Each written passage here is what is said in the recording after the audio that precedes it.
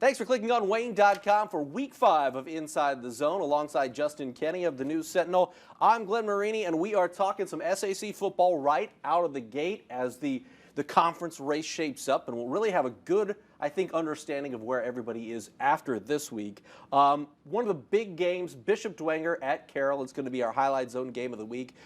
Take your hat off to Bishop Dwenger. They go to Homestead and get a big win last week, and Carroll has played pretty darn well aside from that loss to Snyder in Week 2. What do you see being the biggest key at Dean Gorsuch Field on Friday night?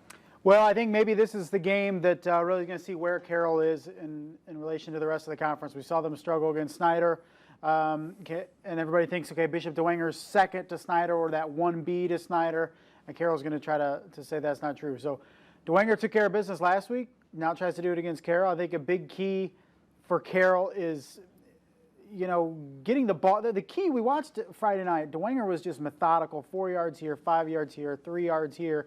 You know, it's not sexy, 4 yards of play, but it's moving the chains. So I think that Carroll defense really has to be ready up front. They really need to limit that rushing game, make Dwenger be one-dimensional, because the way Dwenger operates, they get that push up front, they get 4 or 5 yards of play, and that's good enough to continue to move the chains and work that clock. And they don't do it flashy, but they've won 18 straight games.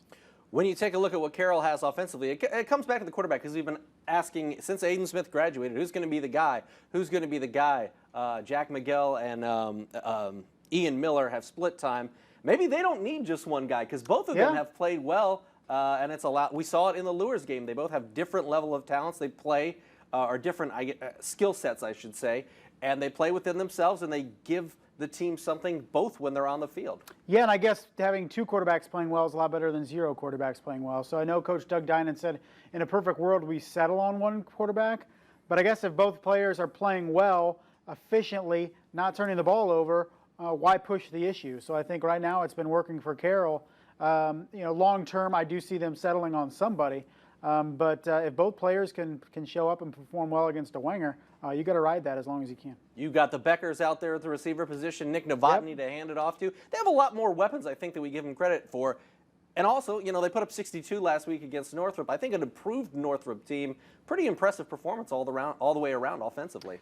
Definitely. I think, you know, Novotny was the established guy there that they returned last year. A lot of question marks elsewhere. Now I think that offense is really settling in, really knowing what to expect. And then you would think with 2 quarterbacks there would be kind of differing messages in the huddle. But so far it's worked out pretty well for them. And you know, that offense is comfortable enough to rotate quarterbacks in as circumstances dictate. So far so good, but I think we're really going to see which quarterback maybe if they have both played well on Friday, outstanding. But we may need to see one or the other really step up to have a shot against Dwenger on Friday.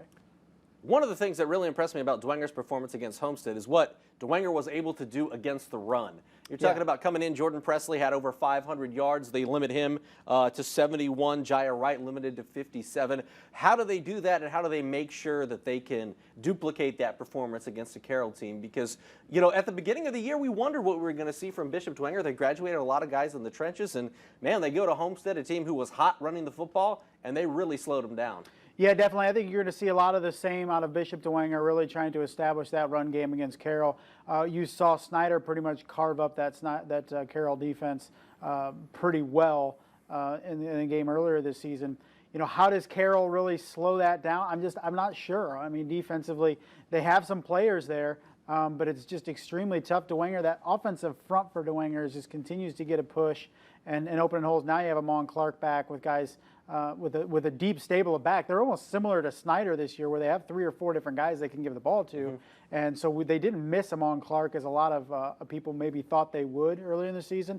Now with Clark back, it's just another weapon for him. In your eyes, what's the biggest key factor for this game, Dwenger against Carroll? That Carroll defense, especially the front 7, really needs to limit the run game of Bishop Dwenger to have a shot. You cannot allow what Bishop Dwenger did to Homestead last week to happen this week. They're just methodical, move the ball 4 or 5 yards at a time. They're not going to bust big plays, and they're perfectly fine with that. They can live with getting 4 or 5 yards at a time. It puts you to sleep at times, but they've won 18 straight games for a reason, and they're number 1 in 4A, defending state champions, and well on their way to a big showdown against Snyder in Week 8, probably for the SAC title.